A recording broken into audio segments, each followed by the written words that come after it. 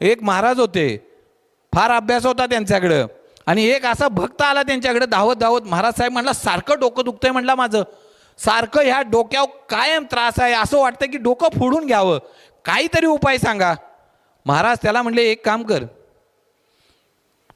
30 दिवसांनी मला भेट, 30 दिवसांनी भेटल्यानंतर मी तुला तुझं डोकं का दुखतंय ना यावर उपाय सांगेन. फक्त म्हणले, जाताना एक गोष्ट लक्षात ठेव, तू फक्त 30च दिवस जिवंत राहणार आहे.